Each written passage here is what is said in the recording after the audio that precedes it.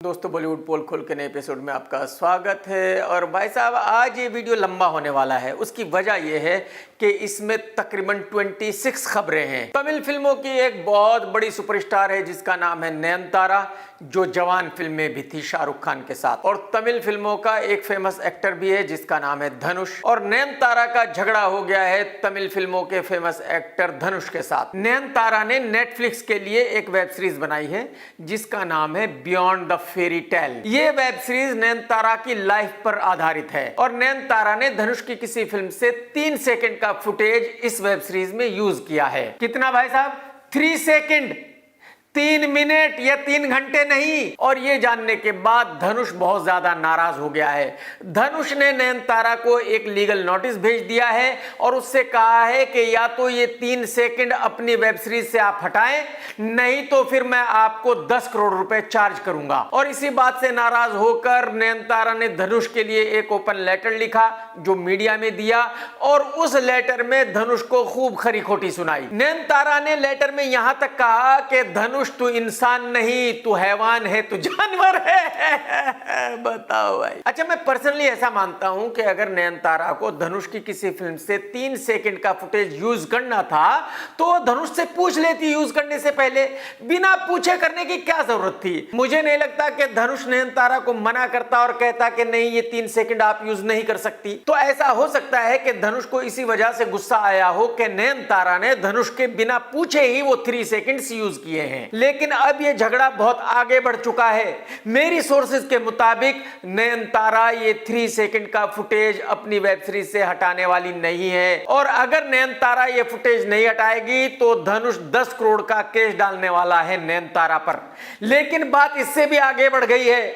मेरी सोर्सेज के मुताबिक अगर धनुष ने लीगल केस किया तो नयनतारा धनुष का मी टू करने जा रही है। ये याद रखिएगा। क्या? मी टू भाई साहब। मतलब कहने का यह है कि इस लड़ाई में बहुत ही मजा आने वाला है। मैंने अपने पिछले वीडियो में बताया था कि डायरेक्टर अमर कौशिक ने अपनी नई फिल्म का ऐलान कर दिया है जो बनाने जा रहा है कल्लू भाई के साथ। और यह फिल्म 2026 में रिलीज होगी।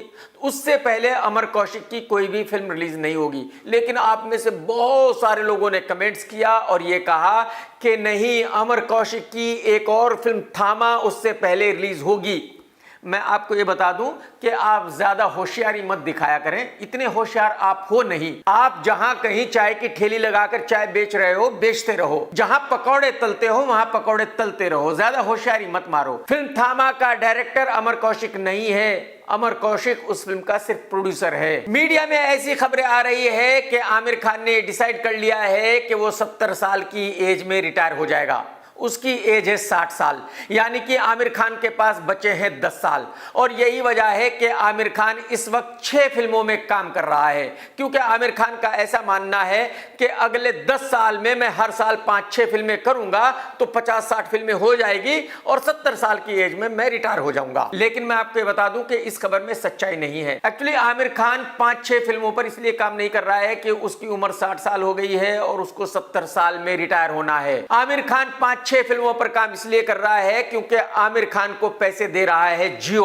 और आमिर खान का प्रॉफिट पर फिल्म है कम से कम 20 से 25 करोड़ रुपए। तो अगर आमिर खान एक साल में 5 से 6 फिल्में बना लेता है तो इसका मतलब क्या हुआ? इसका मतलब यह हुआ कि आमिर खान को मिल गया 125 से 150 सीआर घर बैठे बिठाए। और आप ये भी समझ लीजिए कि ये 150 सीआर बिल्कुल सूखा प्रॉफिट है। घंटा फर्क नहीं पड़ता आमिर को कि फिल्म चलेगी या नहीं चलेगी।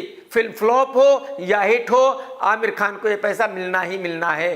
अगर हिट होगी तो और मिलेगा। तो आमिर खान ने प्लानिंग ये की है कि अगले 10 साल में हर साल 5-6 फिल्में बनाकर जियो को दे दी जाए और अगले 10 साल में 1000 से 1500 करोड़ रुपए अंदर कर लिए जाए। बात खत्म। आप ये जान लीजिए और समझ लीजिए कि वो टिंगू आमिर खान है, बहुत सियाना बंदा है, उसको पता है कब क्या करना है। सिंगर दिलजीत दोसांझ का शो था हैदराबाद में और शो से पहले ही दिलजीत को एक नोटिस थमा दिया गया था। नोटिस के मुताबिक दिलजीत इस शो में कोई भी ऐसा गाना नहीं गा सकता था जिसमें शराब को बढ़ावा मिले। कोई ऐसा भी गाना नहीं गा सकता था जिसमें औरत की बेइज्जती हो। बच्चों को स्टेज पर बुलाना भी अलाउ नहीं था और इस नोटिस की वजह से दिलजीत बहुत ज्यादा नाराज था। यही वजह है कि दिलजीत ने स्टेज पर आकर बहुत सारी बातें कही, यानी कि एक तरह से दिलजीत ने वहां की सरकार को अपनी नाराजगी जताई। दिलजीत ने स्टेज पर आकर यह भी कहा कि मैं बॉलीवुड वालों की तरह नहीं हूं, बॉलीवुड वाले शराब को प्रमोट करते हैं, मैं नहीं करता, बॉलीवुड वाले गुटखे को प्रमोट करते हैं, मैं नहीं करता। दिलजीत ने यह भी कहा कि मुझे घंटा फर्क नहीं पड़ता अगर मैं शराब का गाना नहीं गाऊंगा, मेरे और बहुत सारे गाने हैं, मैं उनको गा सकता हूं, मेरा शो तब भी सक्सेसफुल जाएगा अगर मैं कोई गाना शराब पर नहीं गाऊंगा। आज मुझे कोई नोटिस नहीं आया, इससे बड़ी खुशखबरी और है, आज भी मैं कोई गाना शराब पे नहीं गाऊंगा। और हकीकत यह है कि दिलजीत का यह शो बिना शराब के गाने के भी सुपरहिट गया है। टिंगो आमिर खान की एक फिल्म आई थी दंगल, उसमें एक लड़की थी फातिमा सना शेख, तब से ही टिंगू भाई का उसके साथ अफेयर चल रहा है और अब मीडिया में ऐसा बताया जा रहा है कि सना और आमिर दोनों लिविंग में रह रहे हैं। ऐसा भी बताया जा रहा है कि आमिर खान की एक्स वाइफ किरण राव भी सना की बहुत अच्छी दोस्त बन गई है और पहले वाली बीवी रीना भी सना की बहुत अच्छी दोस्त बन गई है और यह भी बताया जा रहा है कि आमिर खान के सारे बच्चे भी सना के बहुत अच्छे दोस्त बन गए हैं। आप अंदाजा लगाइए इस आदमी की जिंदगी के बारे में, मतलब कैसा आदमी है ये, किस तरह से ये रहता होगा भाई, किस तरह से सबको फेस करता होगा। मेरे लिए तो बहुत ही मतलब एकदम अलग दुनिया है मेरे लिए तो ये। मुझे पता नहीं कि 22 नवंबर का दिन इतना खास क्यों है, लेकिन ये पता है कि इस दिन कई सारी फिल्में रिलीज हो रही हैं।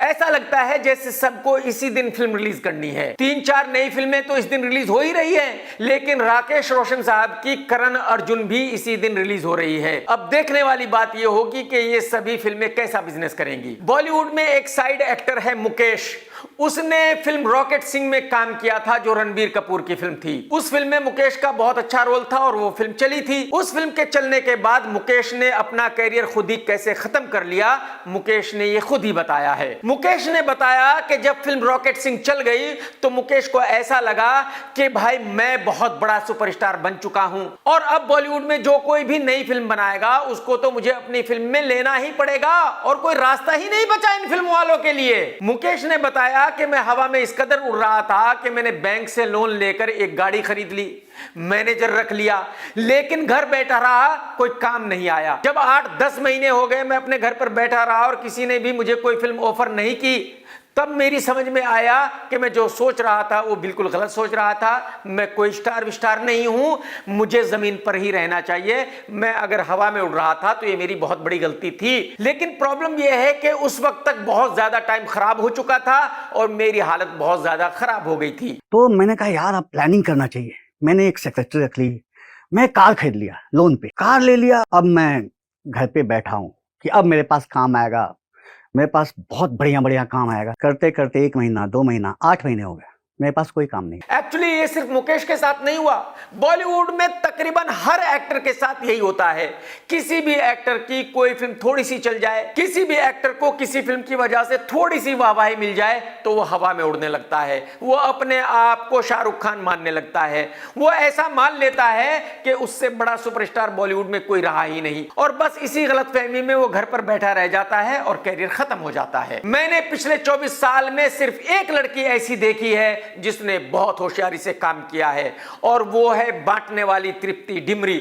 जब उसको थोड़ी सी वाहवाही मिली एनिमल से तो उसके बाद जो फिल्म भी उसको ऑफर हुई उसने उसी फिल्म के लिए हामी भर दी। उसने ये बिल्कुल नहीं देखा कि इस फिल्म का हीरो राजकुमार राव है या आयुष्मान खुराना है या कल्लू भाई है या कोई और है।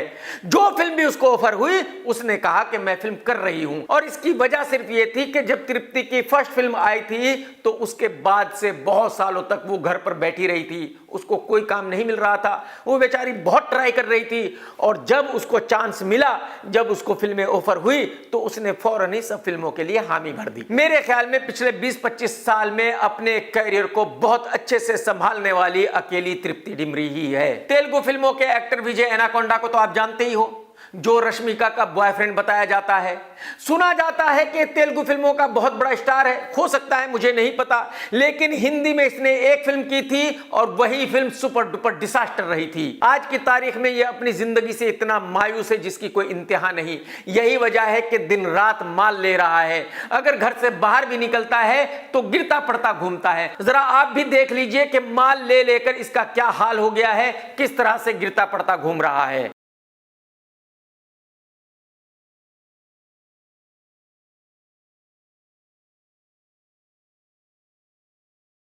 बहुत सालों पहले एक एक्टर हुआ करता था इमरान हाशमी, जो महेश भट्ट का भांजा था।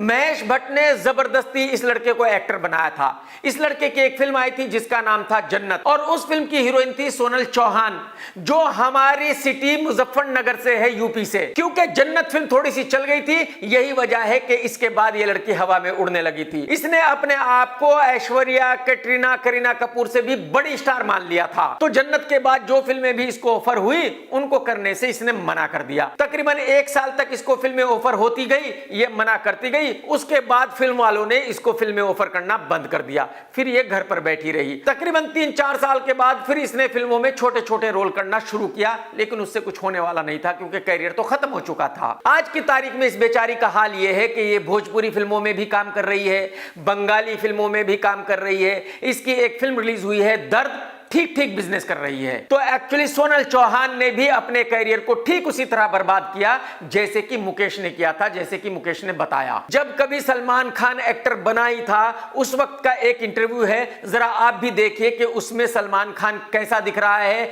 और उस वक्त सलमान खान कैसे बात किया करता था, कितनी तहजीब से बात किया करता था और बात करते हुए कितना अच्छा लग रहा है, क्यूट लग रहा है। आप भी जरा ये इंटरव्यू देखिए। चना 15 चना सुबह को, 15 चना शाम को, और सोने के लिए गीला तो क्या देते हैं, मतलब गीला टावल जो नहाते हैं ना, उसी टावल पे सोते। अब अगर आप उस वक्त के सलमान खान को आज के सलमान खान से कंपेयर करेंगे तो भाई साहब आपका दिमाग घूम जाएगा। आप अपने आप से पूछेंगे कि यार इतना अच्छा सलमान खान, ऐसा सलमान खान कैसे बन गया। कमरे में, मेरे कमरे में जी जी, मेरी माँ, मेरी बहन। कसम रावण की मुझे पूरी उम्मीद है कि आप सभी डायरेक्टर डेविड धवन को जानते हैं, वरुण धवन के फादर को।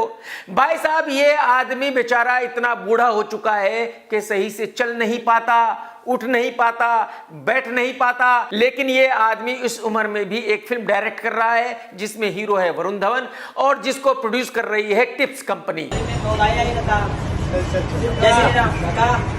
Happy Diwali sir.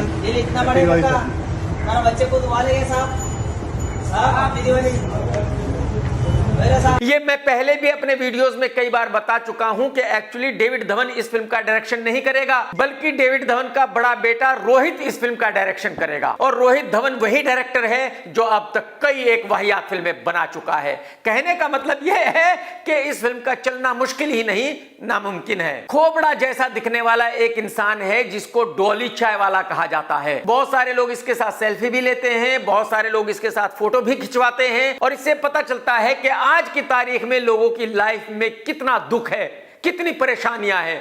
मतलब ऐसे आदमी के साथ भी अगर आप सेल्फी लेते हो, फोटो खिंचवाते हो, तो 100% आप जिंदगी में बहुत ज्यादा दुखी हो। हाय गाइस, मैं हूँ डॉली चाय वाला और आप देख सकते हो मेरे चाय बनाने का तरीका। आप लोगों को लगेगा कि मैं ये जो पैकेट है आपके सामने लगाते हुए दिखूंगा, पर वो लगता नहीं है। तो मैं सोशल मीडिया के थ्रू इतना ही जानता था कि भाई ये बहुत ही कमाल की चाय बनाता है, यही वजह है कि ये बहुत फेमस है और यही वजह है कि लोग इसके साथ सेल्फी लेते हैं, फोटो खिंचवाते हैं। तो ये बंदा बिग बॉस के हाउस में आया और इसने कंपटीशन किया लकड़ भग्गा से। डॉली चाय वाले ने और लकड़ भग्गे ने चाय बनाई और दोनों की चाय घर वालों ने पी, और जीता कौन? लकड़ भग्गा। आप अंदाजा लगाइए, जो डॉली चाय वाला लकड़ भग्गा से नहीं जीत सका, वो चाय बनाने के लिए फेमस है। कमाल देखिए आप, जो लकड़ भग्गा से हार गया वो आदमी चाय बनाने का माहिर आदमी है, वो चाय बनाने के लिए फेमस है। मेरी समझ में नहीं आता कौन लुक्खे हैं जो इस लुक्खे की चाय पीते हैं। क्यों पीते हैं भाई? कसम राजस्थान के उस काले हिरन की जो बहुत परेशान था जिंदगी में, जिसको किसी ने नहीं मारा था, जिसने खुद को गोली मार ली थी, टिंगू भाई आमिर खान ने एक ब्लंडर कर दिया है। एक्चुअली टिंगू भाई आमिर खान कहीं अनीस बज्मी डायरेक्टर से मिले थे। दोनों के बीच में फिल्म भूल भुलैया 3 और सिंघम अगेन को लेकर डिस्कशन हो रहा था और वहां मीडिया भी था। जो भी इन दोनों के बीच में बातें हो रही थी वो मीडिया रिकॉर्ड कर रहा था। टिंगू भाई बॉलीवुड का वो एक्टर है जो सभी एक्टरों से बेहद जलता है। मतलब टिंगू भाई का ऐसा मानना है कि बस उसकी फिल्म चले, बाकी किसी की फिल्म ना चले। जब भी किसी एक्टर की फिल्म हिट होती है भाई साहब, एक हफ्ते तक टिंगू भाई बहुत ज्यादा परेशान रहता है, रात भर पीता है, सोता नहीं है, उस एक्टर को गालियां देता रहता है कि उसकी फिल्म क्यों चली। तो शायद टिंगू भाई को ये पता ही नहीं था कि भाई मीडिया वाले रिकॉर्ड कर रहे हैं। तो टिंगू आमिर ने अनीस से कहा कि जो सिंघम वाले हैं इन्होंने बहुत बड़ी गलती कर दी आपकी फिल्म से टकरा कर। अगर आपकी फिल्म से ना टकराते तो शायद उनका कुछ बिजनेस हो जाता। और मैं आपको बता दूं कि आमिर खान अजय देवगन को अपना बहुत अच्छा दोस्त कहता है, लेकिन उसी की बुराई कर रहा था। इससे आप अंदाजा लगा सकते हैं कि ये कितना खतरनाक आदमी है। बॉलीवुड के माहौल को तो आप सभी जानते हो, शादी होती है, डिवोर्स हो जाता है, डिवोर्स के बाद हस्बैंड वाइफ दोनों एक दूसरे के दोस्त बन जाते हैं, एक दूसरे को बेहद प्यार करने लगते हैं। लेकिन अब बात इससे आगे पहुंच गई है। बॉलीवुड में एक टीवी एक्ट्रेस है जिसका नाम है श्वेता तिवारी, उसकी एक बेटी है जिसका नाम है पलक तिवारी। सैफ अली खान के बेटे इब्राहिम को भी आप सभी जानते हो।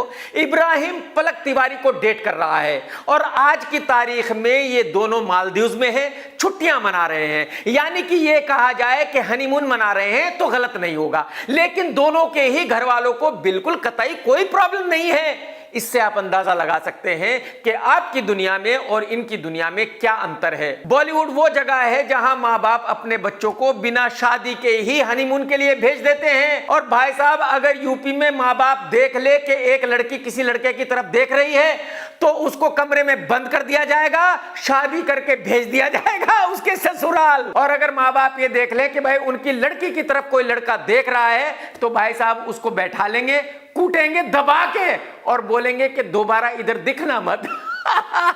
तो अब आप अंदाजा लगाइए कि बॉलीवुड में और बाकी इंडिया में कितना डिफरेंस है, जमीन और आसमान का डिफरेंस है भाई साहब। ये तो आप सभी जानते हैं कि बावली कंगना दीदी कोई ना कोई कमाल करती रहती है। देश के कई प्रदेशों में इलेक्शन हो रहा है और कंगना दीदी कहीं किसी विधायक के लिए वोट मांगने के लिए गई थी। वो विधायक कंगना के बराबर में खड़ा हुआ था, लेकिन कंगना को यह नहीं पता था कि जिसके लिए वो वोट मांग रही है वो विधायक वही है। तो कंगना दीदी ने विधायक से ही पूछ लिया कि आप कौन हो, आप यहां क्यों खड़े हो। तो कंगना दीदी के साथ जो एक लड़की थी उसने बताया कि यही विधायक है, इन्हीं के लिए आप वोट मांगने आई हो, आप इन्हीं की बेइज्जती कर रही हो। कंगना दीदी कुछ तो मर्यादा रखो। क्या क्या करती हो कंगना दीदी, आप भी थोड़ा तो दिमाग का इस्तेमाल कर लिया करो, कभी तो कर लिया करो।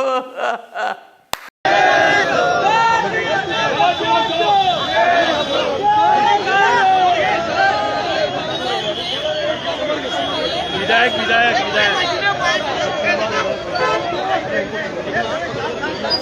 दोस्तों, ये तो आप सभी जानते हैं कि निर्माता साजिद नडियाडवाला ने टाइगर श्रॉफ को लॉन्च किया था और साजिद टाइगर के साथ अब तक कई एक फिल्में बना चुका है। लेकिन आज साजिद ने बागी 4 का अनाउंसमेंट कर दिया है। ये फिल्म भी टाइगर श्रॉफ की बाकी फिल्मों की तरह एक एक्शन फिल्म होगी और इसको डायरेक्ट करेगा एक कन्नड़ फिल्मों का डायरेक्टर। यानी कि साजिद भाई का ऐसा मानना है कि जो बॉलीवुड के डायरेक्टर हैं उनको डायरेक्शन नहीं आता, वो बढ़िया फिल्में नहीं बना सकते। यही वजह है कि साउथ का डायरेक्टर अगर लाया जाएगा तो वो बहुत बढ़िया फिल्म बनाएगा। मैं यहां ऑफिशियली ये कहना चाहता हूं कि टाइगर श्रॉफ एक बहुत अच्छा लड़का है, मैं उसे दिल से प्यार करता हूं और मैं चाहता हूं कि उसका कैरियर खत्म ना हो। लेकिन मुझे ऐसा लगता है कि बहुत ही गलत हो रहा है टाइगर के साथ। मेरी समझ में ये बात बिल्कुल नहीं आ रही है कि साजिद भाई ऐसा क्यों मानते हैं कि अगर टाइगर श्रॉफ एक और एक्शन फिल्म में आएगा तो उस फिल्म को लोग देखने जाएंगे, वो फिल्म चल जाएगी। मुझे ऐसा लगता है कि शायद पब्लिक टाइगर श्रॉफ को एक और एक्शन फिल्म में देखने नहीं जाएगी, क्योंकि पब्लिक को थिएटर में जाने से पहले ही पता है कि उस फिल्म में क्या होने वाला है और उनको क्या देखने को मिलना है। तो फिर वो थिएटर में अपने पैसे खर्च करके क्यों जाएंगे। मुझे इस बात पर बिल्कुल कोई ऐतराज नहीं है कि टाइगर श्रॉफ को अपनी फिल्म में एक्शन करना चाहिए, बिल्कुल करना चाहिए, लेकिन एक्शन किसी वजह से करना चाहिए। फिल्म में ऐसा एक्शन नहीं होना चाहिए कि बस एक्शन हो रहा है जिस जिसके ना सर हैं ना पैर हैं। टाइगर श्रॉफ के साथ आप एक्शन फिल्म बनाइए, बिल्कुल बनाइए, लेकिन एक बेहतरीन कहानी के साथ, तभी फिल्म चल सकती है। तो मुझे ऐसा लगता है कि साजिद भाई की बहुत बड़ी गलती है, टाइगर श्रॉफ की बहुत बड़ी गलती है। शायद इस फिल्म से टाइगर श्रॉफ के करियर को बहुत ज्यादा नुकसान होगा। मैं ऊपर वाले से दुआ करूंगा कि इस बार मैं गलत हो जाऊं, जो मैं कह रहा हूं वो सच ना हो, जो साजिद भाई सोच रहे हैं वो सच हो, जो टाइगर श्रॉफ सोच रहा है वही सच हो। मैं पिछले 10 साल से विद्युत जामवाल और उसके मैनेजर अब्बास को यह कहते आ रहा हूं कि भाई साहब, आप हर फिल्म में उछल कूद मत कीजिए। अगर आप हर फिल्म में उछल कूद ही करोगे तो जल्दी ही आपका करियर खत्म हो जाएगा, आपकी फिल्में नहीं चलेगी। आप बात को समझिए। आज क्या हुआ?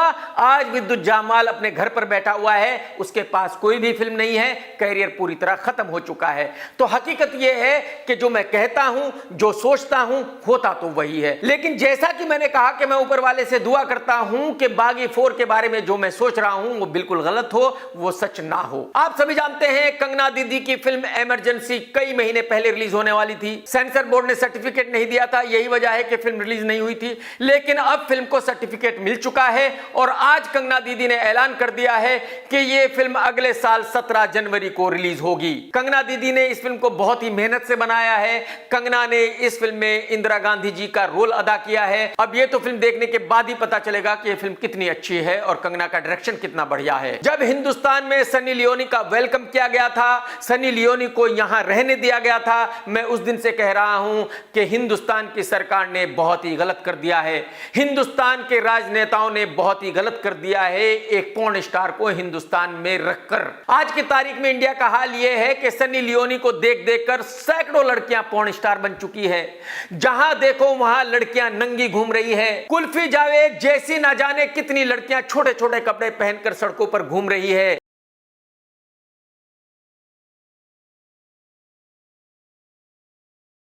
मैं आज भी नेताओं से हाथ जोड़कर रिक्वेस्ट करता हूं कि सनी लियोनी को इंडिया से निकाल दीजिए। कुछ तो सोचिए फ्यूचर के बारे में। आपके भी बच्चे हैं, आपके बच्चे कल क्या करने वाले हैं, जरा सोच कर देखिए। वो क्या देखेंगे? जो देखेंगे वही करेंगे। अगर समाज में शर्म लिहाज को कायम रखना है, यंग जनरेशन को बचाना है, तो सनी लियोनी को देश से निकालना ही होगा। डायरेक्टर राम गोपाल वर्मा को तो आप सभी जानते हैं, बहुत ही रंगीन मिजाज आदमी है, दिल फेक आदमी है। आरजीवी अपने घर पर पार्टी कर रहा था और पार्टी करते करते क्या जबरदस्त डांस किया है, जरा आप भी देख लीजिए भाई साहब, देखकर मजा आ जाएगा।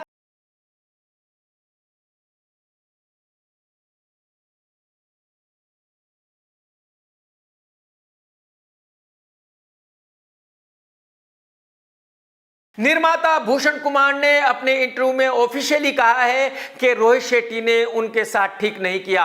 पहले भूषण ने यह ऐलान किया था कि वो अपनी फिल्म भूल भुलैया 3 को दिवाली पर रिलीज करेंगे।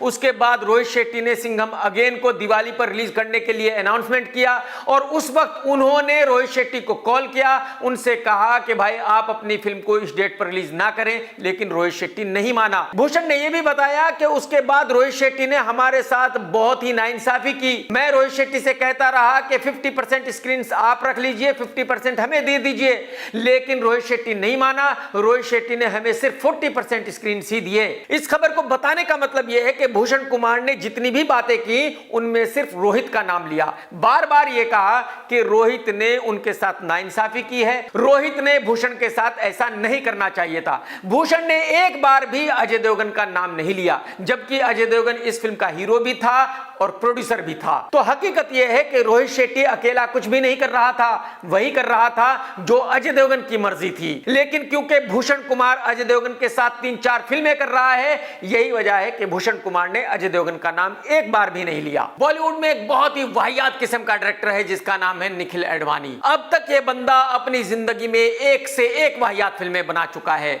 जैसे कि चांदनी चौक टू चाइना। इसने सबसे पहली फिल्म बनाई थी कल हो ना हो शाहरुख खान और सैफ अली खान के साथ। वो फिल्म सुपरहिट रही थी। एक्चुअली उस फिल्म का पूरा डायरेक्शन किया था करण जौहर ने। करण जौहर ने इसको लॉन्च किया था और उस एक फिल्म के बाद ही इसने करण जौहर से झगड़ा कर लिया था, करण जौहर को छोड़ दिया था। तब से लेकर आज तक जो फिल्म भी इसने बनाई है वो सुपर डुपर डिजास्टर ही रही है। फिल्म ही नहीं बल्कि आज तक जितनी वेब सीरीज भी इसने बनाई है सब की सब डिजास्टर रही है। इससे आप अंदाजा लगा सकते हैं कि ये किस किस्म का डायरेक्टर है। जब एक पत्रकार ने इससे पूछा कि फिल्म कल हो ना हो के बाद आपने शाहरुख खान के साथ कोई फिल्म क्यों नहीं की, तो निखिल ने कहा कि मैंने जानबूझकर शाहरुख खान के साथ काम नहीं किया, क्योंकि जो मेरा 100% रिकॉर्ड है शाहरुख खान के साथ कि उसके साथ मैंने एक फिल्म बनाई थी वही सुपरहिट रही थी, मैं उसको खराब नहीं करना चाहता था। यानी कि निखिल को यह पूरी उम्मीद थी कि अगर शाहरुख खान के साथ वो दूसरी फिल्म बनाता तो सुपर डुपर डिजास्टर ही होती। लेकिन मैं आपको ये बता दूं कि ये सरासर झूठ बोल रहा है, क्योंकि शाहरुख खान को भी पता था कि फिल्म कल हो ना हो को डायरेक्ट किया था करण जौहर ने, इसने डायरेक्ट नहीं किया था। तो जाहिर सी बात है शाहरुख खान इस लुक्खे की कहानी भी नहीं सुनता, इसकी फिल्म करना तो बहुत दूर की बात है। तो जबकि इसको 100% पता था कि अगर ये शाहरुख खान के पास कोई भी फिल्म लेकर जाएगा तो कहानी भी नहीं सुनेगा, फिल्म करना तो बहुत दूर की बात है। यही वजह है कि इसने कभी ट्राई भी नहीं किया। नहीं तो हकीकत यह है कि अगर शाहरुख खान इससे ये कहता कि भाई मैं तेरे साथ एक फिल्म करता हूं, तो ये शाहरुख खान के तलवे भी चाटता, भाई साहब तलवे, और डेली कम से कम 10 घंटे हाथ जोड़कर शाहरुख खान के पैरों में पड़ा रहता कि सर आपने मेरे ऊपर बहुत बड़ा एहसान किया है कि मुझे अपने साथ काम करने का दोबारा मौका दिया है। तो मैं इस लुक्खे निखिल अडवाणी से सिर्फ इतना ही कहना चाहता हूं कि फेंकने से कोई फायदा नहीं है, हम बैठे हुए ना बेटा तेरे जैसों की पोल खोलने वाले। दोस्तों ये तो आप सभी जानते हैं कि सिंघम अगेन और भूल भुलैया 3 दोनों फिल्में एक ही दिन रिलीज हुई थी। दोनों फिल्मों ने बढ़िया बिजनेस किया और भूल भुलैया 3 आहिस्ता आहिस्ता सिंघम अगेन से आगे निकल गई है। यही वजह है कि आज की तारीख में चारों तरफ कार्तिक की वाहवाही हो रही है। तो इस बात की मुझे रिस्पेक्ट है, बहुत रिस्पेक्ट। वन साइडेड ही था, पूरा बॉलीवुड एक तरफ और कार्तिक आर्यन एक तरफ। दिलजीत दोसांझ का एक शो था, वहां कार्तिक आर्यन स्टेज पर गया और वहां दिलजीत ने कार्तिक की खूब तारीफ की। दिलजीत ने कहा कि मैं कार्तिक का बहुत रेस्पेक्ट करता हूं कि वो एक आउटसाइडर है, इसके बावजूद भी वो कामयाब है। क्योंकि दिलजीत अच्छी तरह जानता है कि किसी भी आउटसाइडर के लिए बॉलीवुड में आकर कामयाब होना कितना मुश्किल काम है। बॉलीवुड वाले किसी को कामयाब होने नहीं देते, लेकिन एक कहावत है कि जिसके साथ ऊपर वाला है उसका तो कोई बाल भी बाका नहीं कर सकता। दिलजीत ने यह भी कहा कि भाई इस बार तो बिल्कुल कमाल ही हो गया, एक तरफ पूरा बॉलीवुड था और एक तरफ कार्तिक था और कार्तिक जीत गया और मुझे इस बात की बहुत ज्यादा खुशी है। मुझे ऐसा लगता है कि इस बयान से कार्तिक का तो बहुत फायदा हुआ, कार्तिक तो खुश हो गया, लेकिन उन बॉलीवुड वालों को दिलजीत का यह बयान बिल्कुल अच्छा नहीं लगेगा जो फिल्म सिंघम अगेन में थे। तो मेरे ख्याल में दिलजीत ने एक तरह से बहुत सारे लोगों से जबरदस्ती पंगा ले लिया है। राकेश जी की फिल्म करण अर्जुन 22 नवंबर को रिलीज हो रही है। यही वजह है कि आज की तारीख में वो काफी इंटरव्यू दे रहे हैं। राकेश जी ने कहा कि वो जल्दी ही फिल्म क्रिस 4 का ऐलान करेंगे। थोड़ी सी फिल्म डिले हो गई है लेकिन फिल्म जरूर बनेगी, मैं जल्दी ही इस फिल्म का ऐलान करने जा रहा हूं। मेरे ख्याल में ऋतिक के कैरियर के लिए यह फिल्म बहुत ही इंपॉर्टेंट होने वाली है, क्योंकि राकेश जी इस फिल्म को बहुत बड़े स्केल पर बनाने वाले हैं। तेलुगु फिल्मों के एक्टर बावले नागा चैतन्य को तो आप सभी जानते हैं, शक्ल पे ही इसके बावला लिखा हुआ है। इसकी शादी हुई थी खिजौनी समांथा से, डिवोर्स हो गया है क्योंकि समांथा भी बावली है और ये भी बावला है। 2 बावले एक साथ कितने दिनों तक चलते हैं, समझ रहे हो ना। लेकिन कमाल ये है कि ये बावला एक बार फिर से बावलागिरी करने जा रहा है। ये भाई एक एक्ट्रेस शोभिता से शादी करने वाला है 4 दिसंबर को। अगर आपको ऐसा लग रहा हो कि मैं ये क्यों कह रहा हूं कि बावला फिर से बावलागिरी करने जा रहा है, तो शोभिता ने जो अब तक काम किया है वो जरा देख लीजिए, जो भी वेब सीरीज की है या फिल्में की है। भाई साहब किस तरह के रोल इसने किए हैं वो देखकर ही आपको पता चल जाएगा कि किस तरह की लड़की है। तो मुझे नहीं लगता कि ये शादी भी चलने वाली है। 99% गारंटी के साथ कह सकता हूं कि कुछ ही सालों में ये शादी भी टूट जाएगी। औरतों की कांतिलाल शाह गंदी फिल्में बनाने वाली असंतुष्ट आत्मा एकता कपूर को तो आप जानते ही हैं। एकता कपूर की फिल्म साबरमती इसी फ्राइडे को रिलीज हुई, जिसका बजट है 50 CR।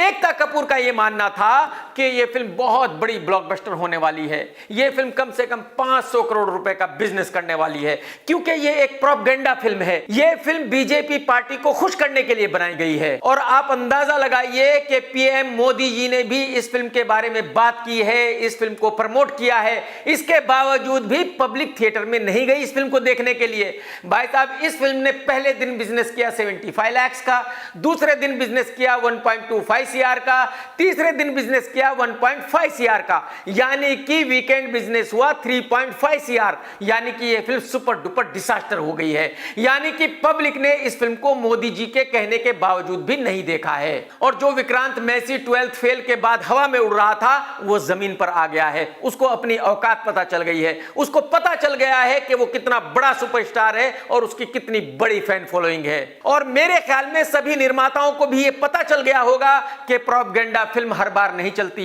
वो कभी कभी तुक्का लगता है। अल्लू अर्जुन की फिल्म पुष्पा 2 6 दिसंबर को रिलीज होने वाली है और कल इस फिल्म का ट्रेलर बिहार में रिलीज कर दिया गया है। आंध्रा को छोड़कर बिहार में आकर इस ट्रेलर को रिलीज किया गया है। इसका मतलब यह है कि अल्लू अर्जुन हिंदी बेल्ट का सुपरस्टार बनने की कोशिश कर रहा है। अल्लू अर्जुन को यह पूरी उम्मीद है कि हिंदी बेल्ट में उसकी फिल्म पुष्पा 2 बहुत बड़ी हिट रहेगी और उसके बाद अल्लू अर्जुन बॉलीवुड का बहुत बड़ा सुपरस्टार बन जाएगा, जैसे कि आज की तारीख में प्रभास है। ट्रेलर जैसे ही चालू होता है हाथी दिखाए जाते हैं, फिर नेता बात कर रहा है और वही चंदन मंदिर की चोरी हो रही है वगैरह वगैरह। अल्लू एक लुक्खे की तरह ऐसे झुक के चल रहा है और बहुत बड़े स्केल पर फिल्म को शूट किया गया है। सारे सीन बहुत बड़े बड़े हैं। जाहिर सी बात है ये एक ओरिजिनल तेलुगु फिल्म है जिसको डब करके हिंदी में रिलीज किया जा रहा है। तो फिल्म में जितने भी एक्टर हैं उन्होंने वैसी ही ड्रेसेस पहनी है जैसे कि साउथ में पहनी जाती है। फिल्म में जो कल्चर दिखाया गया है वो भी साउथ का है और फिल्म की कहानी का बैकड्रॉप तो साउथ का है ही। इसके बाद एंट्री होती है सिंगल पसली फासिल की, जो इंस्पेक्टर का रोल कर रहा है। इंस्पेक्टर का रोल, इस बंदे का वजन है तकरीबन 30 किलो, हाइट है तकरीबन 2.5 फीट और इस बंदे के जो हाथ पैर हैं वो सूखी लकड़ियों की तरह है कसम से, और ऊपर से भाई बिल्कुल एकदम सफा चटकला। मेरी समझ में नहीं आता कि वो कौन लोग हैं जो इसके भी फैन हैं, वो कौन लुक्खे हैं जो इसको भी एक्टर मानते हैं, वो कौन लुक्खे हैं जो इसकी फिल्में देखना पसंद करते हैं। फिल्म में हीरोइन तो वही है मूंछों वाली रश्मिका और गांव की लड़की का रोल प्ले कर रही है तो ठीक लग रही है। कहने का मतलब यह है कि फिल्म में पहले सीन से लेकर आखिरी सीन तक लड़ाई ही लड़ाई है, एक्शन ही एक्शन है। एक्शन बहुत बड़े स्केल पर शूट किया गया है, लेकिन इस फिल्म की कहानी भी वही है जो पुष्पा 1 की थी, यानी कि फिल्म में चंदन के पेड़ काटे जा रहे हैं, चंदन की लकड़ियों की तस्करी की जा रही है। वो नेता हो, गुंडा हो, पुलिस वाला हो या हीरो हो, सबको तस्करी करनी है, सबको तस्करी से फायदा चाहिए। क्योंकि पुष्पा 1 के 2-3 डायलॉग बहुत फेमस हो गए थे, झुकूंगा नहीं, फलावन नहीं, फायर हूं, तो कुछ ऐसे ही 2-4 डायलॉग इस फिल्म में भी रखे गए हैं। मैं नेशनल खिलाड़ी नहीं हूं, इंटरनेशनल खिलाड़ी हूं, अक्षय कुमार ये बहुत पहले कह चुका है। तो कहने का मतलब ये है कि ये ट्रेलर देखकर बिल्कुल क्लियर हो जाता है कि इस फिल्म में कहानी तो है नहीं, इस फिल्म में सिर्फ और सिर्फ एक्शन है। इस फिल्म में सिर्फ और सिर्फ अल्लू को दिखाया गया है कि अल्लू बहुत बड़ा सुपरस्टार है। तो मैं पर्सनली ऐसा मानता हूं कि ये एक वाहियात फिल्म है, ये एक 100% साउथ मसाला फिल्म है, ये एक ऐसी फिल्म है जिसको देखते हुए आपके सर में दर्द होने ही वाला है। लेकिन इसके बावजूद ये फिल्म फ्लॉप नहीं होने वाली, इसके बावजूद भी यह फिल्म बहुत जबरदस्त बिजनेस करने वाली है और उसकी वजह सिर्फ यह है कि पुष्पा 1 ने बहुत बढ़िया बिजनेस किया था। तो पुष्पा 2 को कोई फ्लॉप नहीं कर सकता, ये पॉसिबल नहीं है। दोस्तों अगर ये वीडियो आपने देखा है तो लाइक करना तो बिल्कुल मत भूलना और कमेंट्स करके तो जरूर बताना कि आज का वीडियो आपको कैसा लगा। टेक केयर दोस्तों, tata bye bye, love you, जय हिंद, सत्यमेव जयते।